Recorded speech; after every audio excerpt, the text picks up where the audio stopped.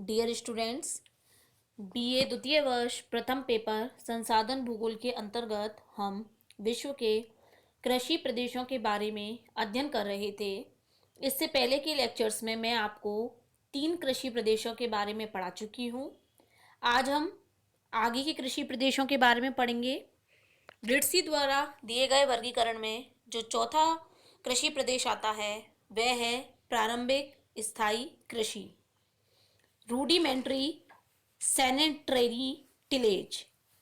इसको हम आदिम स्थायी कृषि भी कहते हैं। इसका अन्य नाम है प्रारंभिक जो निर्वहन कृषि है, वह उसी का जो दूसरा रूप है वो प्रारंभिक स्थायी कृषि है। अर्थात प्रारंभिक तौर पर प्राचीन समय में जो जीवन निर्वाह के लिए जो व्यक्ति अपने भरण पोषण के लिए कृषि कार्य करता था, उसी को ही प्रारंभिक स्थायी कृषि के रूप में जाना जाता है। इसकी जो विशेषताएं हैं वो स्थानांतरणशील जो हमारी कृषि है उसी के जैसी है, क्योंकि अगर हम बात करें तो यह जो कृषि पद्धति है वह प्रारंभिक स्थायी कृषि पद्धति जो है वो स्थानांतरणशील कृषि का ही एक विकसित रूप है।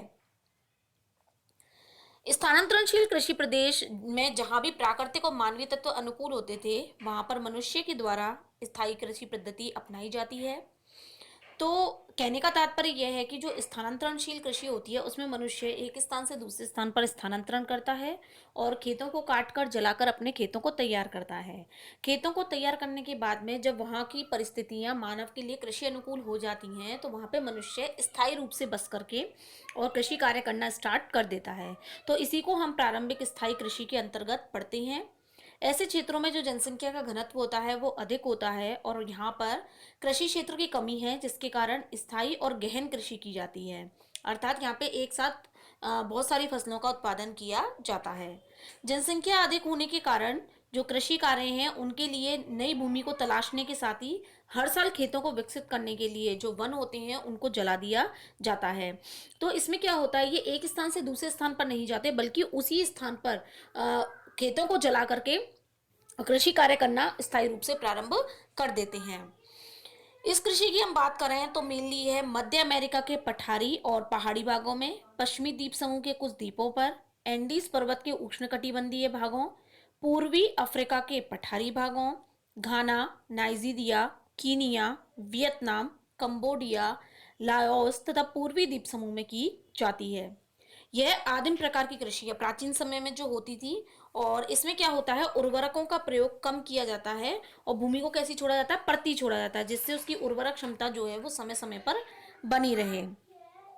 उष्णकटिबंधीय जो आर्द्र और उच्च पठारी पहाड़ी भाग हैं तथा उष्णकटिबंधीय जलवायु वाले जो मैदानी क्षेत्र हैं उनमें ये कृषि की जाती है।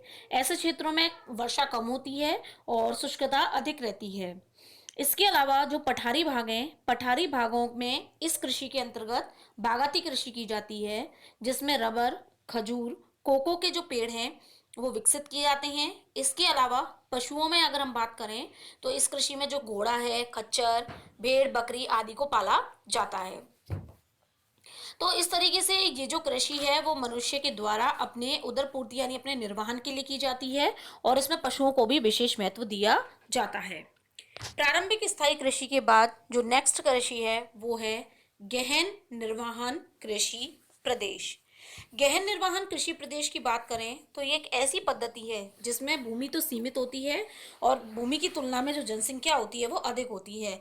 इसी कारण से जो कम भूमि होती है उसमें स्थानीय उपभोग के लिए मेनली खाद्यान्न फसलों का उत्पादन किया जाता है।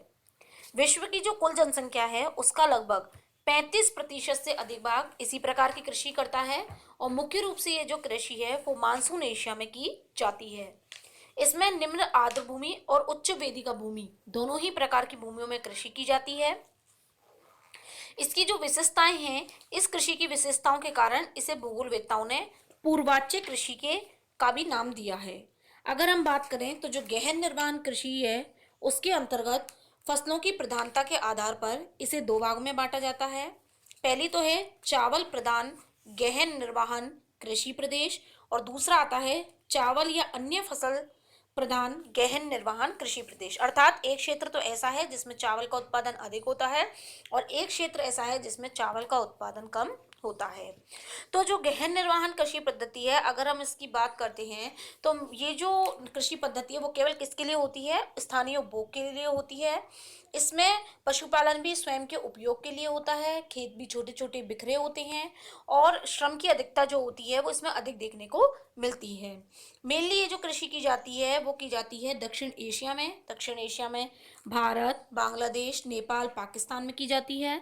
दक्षिण पूर्वी एशिया में की जाती है, जिसमें Burma, Thailand, Cambodia, Laos, Vietnam, Malaysia, Indonesia को शामिल करते हैं। तथा पूर्वी एशिया में की जाती है, जिसमें मेनली चीन को शामिल किया जाता है। जैसा कि आपको चित्र दिखाई दे रहा है, इस चित्र में जो आड़ी लाइनों के माध्यम से दिखाए जा रहे हैं वो सारे चावल प्रधान क्षेत्र हैं, और जो भी डॉट डॉट लाइंस के माध्यम से दिखाए जा रहे हैं वो सभी चावल विहीन क्षेत्र हैं, अर्थात जहाँ चावल की कृषि नहीं होती बल्कि गेहूं की कृषि की जाती है।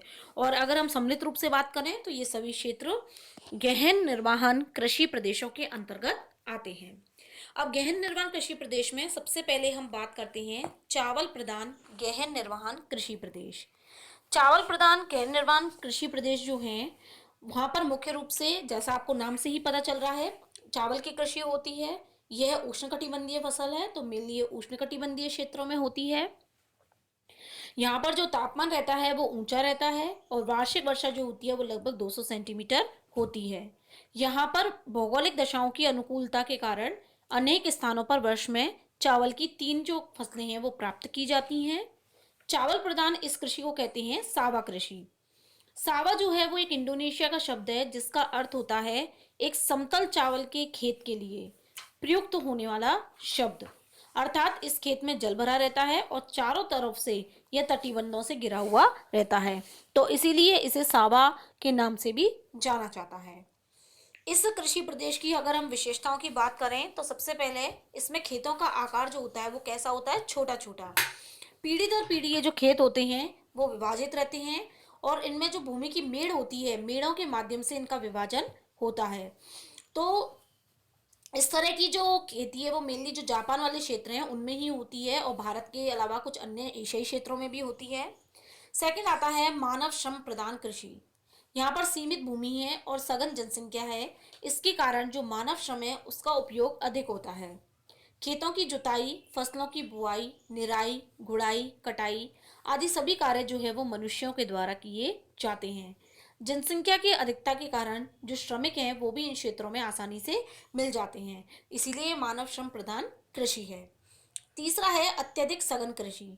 सघन कृषि की बात करें तो यहाँ पर जो मानसून एशिया है वहाँ पर खेती करने वाले लोगों की संख्या ज़्यादा है, इसीलिए अगर छोटा सा भी कृषि योग्य टुकड़ा होगा उसमें भी वो कृषि कार्य करने लगते हैं।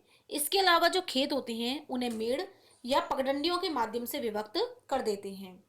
दलदली भूमि को सुखाकर, शुष्क भूमि को सिंचाई द्वारा सिंचित करके, पहाड़ी ढालों पर वेदिका बनाकर, समतल क्षेत्र निकाल करके धान की कृषि होती है। यहाँ पे कृषि इतनी सघन होती है कि 2 या 3 फसलें भी एक साथ पैदा की जाती हैं। अगली जो विशेषता है वो है पशुपालन का कम विकास। चूंकि यहाँ पे चावल का उत्पादन अधिक होता है, इसलिए कृषि के साथ जो पशुपालन है वह भी किया जाता है, लेकिन कम मात्रा में होता है, क्योंकि कृषि ही इतनी सघन होती है जिसके कारण पशुओं के लिए जो चारागाह है, चारागाह के लिए स्थान नहीं बचता है। यहाँ पर स्थानीय जो परिवेश है उसके अनुसार गाय, बैल, भेड़, बकरियां, घोड़े और ऊंट पाले जाते हैं। गाय, भैंस और बकरियों से दूध प्राप्त होता है। भैंस को सूखा पशु के रूप में भी पाला जाता है। भारत, चीन, जापान में मुर्गी पालन और इसके साथ में सूअर पालन भी किया जाता है। लास्ट जो इस क्षेत्र की विशेषता है वो है उर्वरकों का कम उपयोग। यहाँ पर उच्च तापमान और मृदा उर्वरता को बनाए रखने के लिए खाद का उपयोग काफ़ी हो जाता है, लेकिन यहाँ पे किसान जो हैं वो जो केमिकल युक्त खाद है उसके स्थान पर गुआनो या पशुओं का गोबर, फार्म अपशिष्ट या मत्स्य अपशिष्ट का यूज करते हैं। रासायनिक उर्वरक का प्रयोग बहुत ही कम होता है। धीरे धीरे अब जापान, भारत और चीन में जो उर्वरकों का प्रयोग है वो बढ़ रहा है, और इनमें फास्फोरस, नाइट्रेटस और पोटाश का भी प्रयोग किया जा रहा है। तो इस तरीके से ये हमारा चावल प्रधान क्षेत्र है। इसके बाद नेक्स्ट हम बात करते हैं चावल विहीन गहन निर्वहन कृषि प्रदेश। अर्थात ये वो क्षेत्र है जहां पर कि जो चावल है उसका उत्पादन नहीं किया जाता है। चावल के साथ साथ अन्य क्षेत्रों का भी अन्य फसलों का भी उत्पादन किया जाता है। तो मानसून एशिया के कई ऐसे क्षेत्र हैं जहाँ पर वर्षा 100 सेंटीमीटर से कम होती है, तो इसी कारण चावल की कृषि न होकर वह अन्य खाद्यान्न फसलें उपजाई जाती हैं। ऐसे क्षेत्रों में गेहूं, सोयाबीन, जौ, कायोलिन आदि का उत्पादन किया जाता है। इनमें प्रमुख क्षेत्र हैं उत्तरी चीन, मंचूरिया, उत्तरी कोरिया, उत्तरी जापान और भारत के 100 सेंटीमीटर से कम वर्षा वाले क्षेत्र। भारत में जो दक्कन का पठार है और सिंधु बेसिन क्षेत्र है, वहां पर कम वर्षा होती है और कमजोर मृदा है, यानी उपजाऊपन कम होता है। इसके कारण वहां पे मोटे अनाजों का उत्पादन किया जाता है। इसके अलावा जो दक्षिण पूर्वी एशिया है, उसके शुष्क क्षेत्रों, विशेषकर म्यांमार के शुष्क क्षेत्र, थाईलैंड के कोराट पठार, इंडो चीन के आंतरिक भाग में वर्षा इतनी कम होती है कि यहाँ पर कपास, गन्ने के साथ मूंगफली, मक्का और तिलहन का भी उत्पादन किया जाता है। यहाँ पर मौसमी परिवर्तन होता है, अतः जीविकोपार्जन के लिए जो कृषि होती है उसे कई वर्गों में भी बांट दिया जाता है। जैसे हम बात करें, प्रथम ग्रीष्मकालीन फसलें, दूसरा वर्षाकालीन फसलें और तीसरा शीतकालीन फसलें। तो वर्षाकाल में यहाँ पर बोया जाता है ज्वार, बाजरा, मक्का और गन्ना। शीतकालीन फसल में बोया जाता है गेहूं, जौ, चना। और ग्रीष्मकाल में बोया जाता है सब्जियां, दालें और हरे चारे का उत्पादन। तो इस तरीके से यहाँ पे मौसम के अकॉर्डिंग और जलवायु परिवर्तन के अकॉर्डिंग फसलों का उत्पादन होता है। अब हम बात करते हैं भौगोलिक वितरण के बारे में, अर्थात जो चावल विहीन कृषि है वो किन क्षेत्रों में की जाती है। तो इसमें दक्षिण पूर्वी एशिया के संपूर्ण मानसूनी क्षेत्र जैसे चीन, Bharat, Japan, Korea, Thailand, Myanmar, Pakistan, इसके अलावा ताइवान, फिलीपाइन द्वीप समूह, सुमात्रा, जावा, लाओस, वियतनाम के कुछ भाग में जो है उत्पादन किया जाता है। अन्य क्षेत्रों में जावा, लुजोन, विसापन द्वीप और तटीय सुमात्रा और मलाया क्षेत्रों को भी सम्मिलित किया जाता है। अब बात करते हैं इस कृषि की विशेषताओं के बारे में। जो दक्षिण प्रदेश हैं उनमें औसत जो वार्षिक तापमान है वो 21 डिग्री सेल्सियस रहता है, और जो उत्तरी मानसूनी प्रदेश हैं वहां पर औसत वार्षिक तापमान 17 डिग्री सेल्सियस रहता है।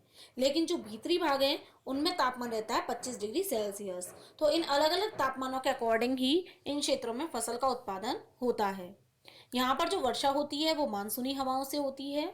दक्षिण तथा जो पूर्वी भारत है, दक्षिणी म्यांमार, इंडो चीन में औसत वार्षिक वर्षा 200 सेंटीमीटर से भी अधिक होती है, जबकि चीन के उत्तर भाग में, पश्चिमी भारत एवं पश्चिमी पाकिस्तान में औसत वार्षिक वर्षा 50 सेंटीमीटर तथा इससे भी कम होती है। इन दोनों के जो मध्यवर्ती क्षेत्र हैं उनमें वर्षा का औसत 100 सेंटीमीटर के लगभग रहता है। जो दक्षिणी भाग हैं उनमें चक्रवात प्रभावित जो क्षेत्र हैं उनको छोड़कर शेष भागों में जाड़े की ऋतु जो होती है वो साधारण होती है। मानसूनी क्षेत्रों के अधिक वर्षा वाले क्षेत्रों में चावल, कम वर्षा वाले क्षेत्रों में गेहूं तथा मध्यम वर्षा वाले क्षेत्रों में वर्षा काल में चावल तथा जाड़े में गेहूं होता है। गेहूं के साथ जौ, ज्वार, बाजरा, तिलहन और औद्योगिक फसलों का उत्पादन भी किया जाता है। वर्षा जो होती है वो मौसमी और अविश्वसनीय होती है, जिसके कारण कृषि में सिंचाई का बहुत ही महत्वपूर्ण स्थान है। यहाँ पर जो मिट्टी मिलती है वो मेनली लाल पीली मिट्टी पाई जाती है, और नदियों की जो घाटी है उसमें दोमट और बलुई मिट्टी मिलती है। तो इस तरीके से हमने आज के लेक्चर में प्रारंभिक स्थायी कृषि, गहन निर्वहन कृषि जिसके अंतर्गत चावल प्रदान और चावल विहीन कृषि के बारे में अध्ययन किया। अन्य कृषि प्रदेशों के बारे में हम अपने नेक्स्ट लेक्चर में पढ़ेंगे।